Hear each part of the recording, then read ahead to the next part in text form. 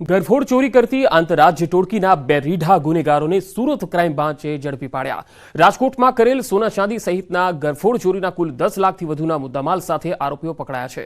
આરોપીઓ મધ્યપ્રદેશના ખરગોન પોલીસ સ્ટેશનના લૂંટના 3 ગુનામાં ફરાર હતા। તો 2 મહિના પહેલા આરોપીઓએ મહારાષ્ટ્રના ધુલિયામાં પણ ઘરફોડ ચોરીને અંજામ આપ્યો હતો। મોડસ ઓપરેન્ડી અપનાવી આરોપીઓ ઘરફોડ ચોરી કરતા હતા।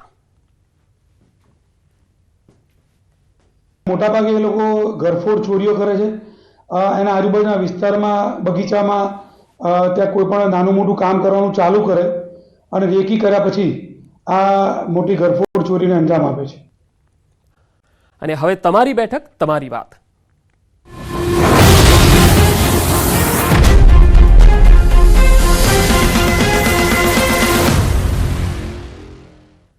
લોકસભાની ચૂંટણીને લઈ ગુજરાતમાં રાજકીય પારો ગરમાઈ ગયો છે, ત્યારે ખંભાતમાં તો લોકસભા અને વિધાનસભાની પેટા ચૂંટણી પણ છે। લોકો મતદાન કરવા ઉત્સાહી છે, ત્યારે ખંભાતની જનતા કયા મુદ્દાને ધ્યાનમાં રાખીને મતદાન કરશે, શું છે મુદ્દાઓ અને કેટલો થયો છે વિકાસ, સાંભળો મતદારોનો મિજાજ। 5 વર્ષથી જોઈએ તો નગરપાલિકાની અંદર લોકોને પરિવર્તન ઈચ્છતા હતા। 25 વર્ષથી જે રિઝલ્ટ આવ્યું અને હવે લોકોનો ઉત્સાહ હતો કે ભાઈ પરિવર્તન લાવવાથી વિકાસ થશે। 25 વર્ષમાં ભારતીય જનતા પાર્ટીના સમયમાં કોઈ પણ ખંભાતનો વિકાસ થયો નથી। ખંભાતના વિકાસ માટે અને રોજગારીની તકો માટે મહત્વનું પરિબળ એ છે કે ખંભાતને ટ્રાન્સપોર્ટેશનથી જો જોડવામાં આવે, વાહન વ્યવહારથી મધ્યમાં આવી જાય તો આપોઆપ જેમ તારાપુરને ધારમજ પટામણ ચોકડીનો પણ જો વિકાસ થઈ શકતો હોય તો ખંભાત તો એક વખતનું બંદર છે। એટલે હમણાં જ કેન્દ્ર સરકારે 2500 કરોડ રૂપિયા જેવી ફાળવણી કરી અને સૌરાષ્ટ્ર અને દક્ષિણ ગુજરાતને જોડવામાં મધ્યમાં ખંભાત લાવ્યું છે। જ્યારે આ રસ્તો શરૂ થઈ જશે એના માટે 550 કરોડ રૂપિયા હમણાં ફાળવી પણ દીધા છે, બ્રિજ પણ બનવાનો શરૂ થઈ ગયો છે। એટલે આ પ્રોજેક્ટ પૂરો થશે એટલે રોજગારીની સમસ્યાઓ આપોઆપ બંધ થઈ જશે। ગામડામાં જે પ્રાથમિક શાળાઓ જે કોંગ્રેસના ટાઈમમાં હતી એ પતરાના નરિયાની અત્યારે હાઈસ્કૂલ જેવી કે સિટીમાં જેવી હાઈસ્કૂલો છે એવી રીતે પ્રાથમિક શાળાઓની પણ એટલો વિકાસ થયો છે અને શિક્ષકો પણ પૂરતા છે।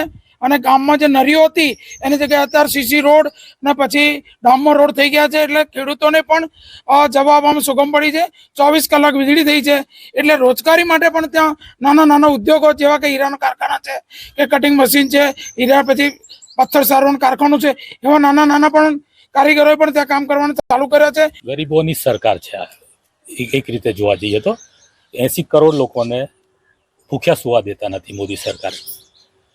અને આગામી 5 વર્ષ સુધી હજુ સરકાર ફ્રી ઓફ કોસ્ટ ગરીબ લોકોને 80 કરોડ લોકોને અનાજ સરકાર તરફથી વિતરણ કરવામાં આવશે।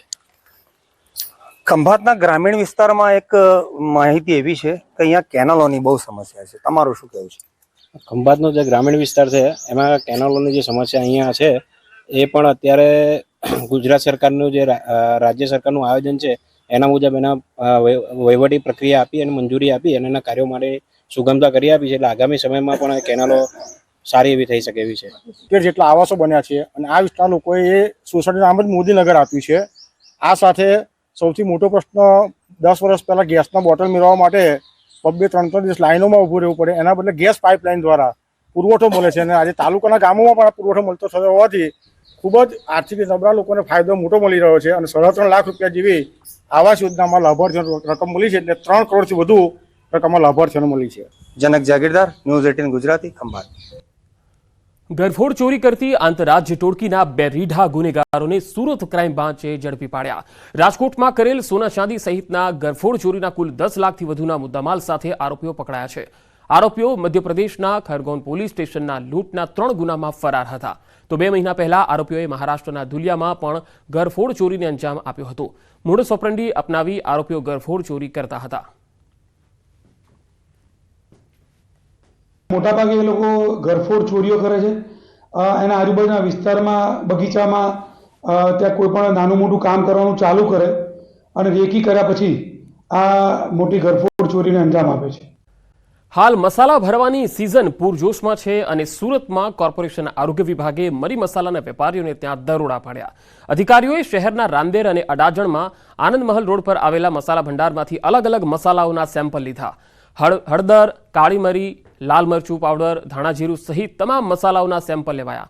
તમામ સેમ્પલને ફૂડ લેબમાં ટેસ્ટિંગ માટે મોકલવામાં આવ્યા છે। આ સેમ્પલો ફેલ થશે અથવા તો ભેળસેળ જણાશે તો તે એકમ પર કાયદેસરની કાર્યવાહી હાથ ધરવામાં આવશે।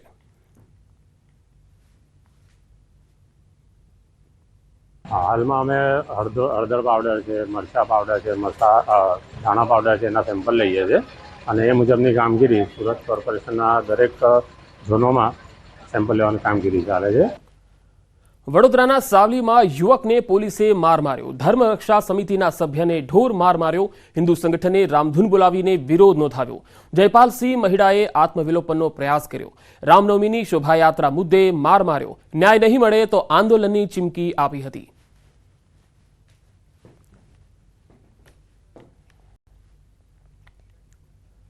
અરવલ્લી જિલ્લામાં પતિએ પત્નીની હત્યા કરતા ખળભળાટ મચી ગયો. મેઘરજ તાલુકાના મોટી ભુવાલ ગામે પતિએ કુહાડીના આડેધડ ઘા ઝીકીને પત્નીને રહેસી નાખી, જે બાદ પતિએ પોતાના ગળામાં કુહાડી મારીને આપઘાતનો પ્રયાસ કર્યો. આ અંગે મૃતકના પુત્ર લક્ષ્મણ ડામોરે નોંધાવેલી ફરિયાદમાં જણાવ્યા મુજબ તે પોતાની સાસરીમાં ગયો ત્યારે ઘરે માતા પિતા એકલા જ હતા. સવારે તે જ્યારે સાસરીમાંથી ઘરે આવ્યો ત્યારે તેણે માતા મોગીબેનને લોહીના ખાબોચિયામાં મૃત અવસ્થામાં જોયા અને તેમની બાજુમાં કુહાડી પડી હતી, જ્યારે ઘરના બહારના ભાગમાં પિતાના ગળામાંથી પણ લોહી નીકળતું હતું. બનાવની જાણ મેઘરજ પોલીસને કરતા પોલીસ કાફલો સ્થળ પર દોડી આવ્યો. પોલીસે સૌપ્રથમ ઇજાગ્રસ્ત નાનાભાઈ ડામોરને સારવાર માટે ખસેડી મોગીબેનના મૃતદેહને પોસ્ટમોર્ટમ માટે ખસેડ્યો. જો કે નાનાભાઈએ કયા કારણોસર આ પગલું ભર્યું તે હજુ સુધી જાણી શકાયું નથી.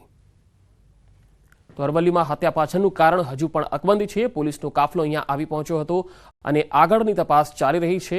મેઘરજમાં પતિએ પત્નીની હત્યા કરી, કુહાડીના ઘા ઝીકીને પત્નીને મોતને ઘાટ ઉતારી અને હત્યા બાદ પોતે પણ આત્મહત્યાનો પ્રયાસ કર્યો. કાલે 5 વાગે મારા સાસરી ગયેલો હતો. સવારે પરત ફરતા 10 વાગે આવ્યો તો ઘરે આવતા કમાડ ખોલી જોયું તો મારા મમ્મીની મરેલી હાલતમાં લાશ જોવા મળી અને હું રોતા રોતા બહાર નીકળતા મારા પપ્પા બહારથી પાછળના ભાગે આવી ગળામાં કવાડીને ઘસી પોતાની હત્યા કરવાની કોશિશ કરી રહ્યા હતા. એમને કોઈ ઘરકામ સંબંધે ઝઘડો થતા કુહાડીથી એમના મોઢાના ભાગે ઈજાઓ કરી અને મોત નિપજાવેલ છે. અને આ સમગ્ર ઘટના છે એમની જાણકારી અમને એમના જે દીકરા છે જે ઘટના બની એના અગાઉ સાંજે એમના સાસરીમાં ગયેલા અને સવારે જ્યારે ઘરે પરત ફર્યા ત્યારે એમને આ ઘટના અંગે જાણ થઈ અને જેમણે પોલીસને જાણ કરી. અને હવે તમારી બેઠક, તમારી વાત.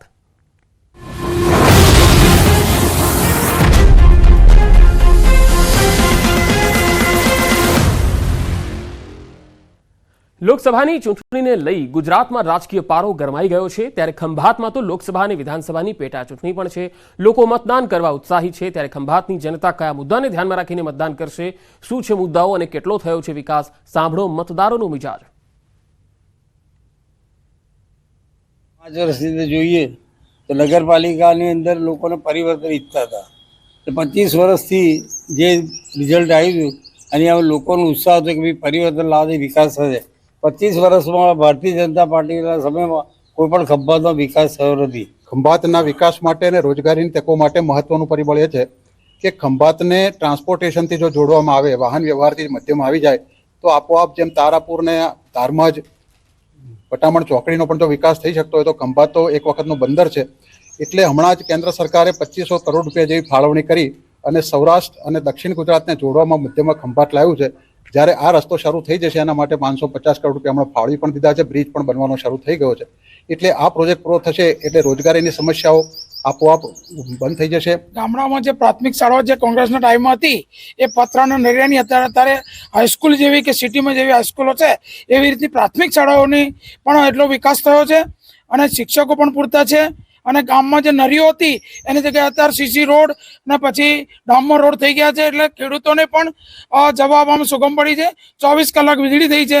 એટલે રોજગારી માટે પણ ત્યાં નાના નાના ઉદ્યોગો જેવા કે હીરાનો કારખાના છે કે કટિંગ મશીન છે, હીરા પછી પથ્થર સારવાનું કારખાનું છે, એવા નાના નાના પણ કારીગરોએ પણ ત્યાં કામ કરવાનું ચાલુ કર્યા છે. ગરીબોની સરકાર છે આ. એક રીતે જોવા જઈએ તો 80 કરોડ લોકોને ભૂખ્યા સુવા દેતા નથી મોદી સરકાર. અને આગામી 5 વર્ષ સુધી હજુ સરકાર ફ્રી ઓફ કોસ્ટ ગરીબ લોકોને 80 કરોડ લોકોને અનાજ સરકાર તરફથી વિતરણ કરવામાં આવશે. ખંભાતના ગ્રામીણ વિસ્તારમાં એક માહિતી એવી છે કે અહીંયા કેનાલોની બહુ સમસ્યા છે. તમારું શું કહેવું છે?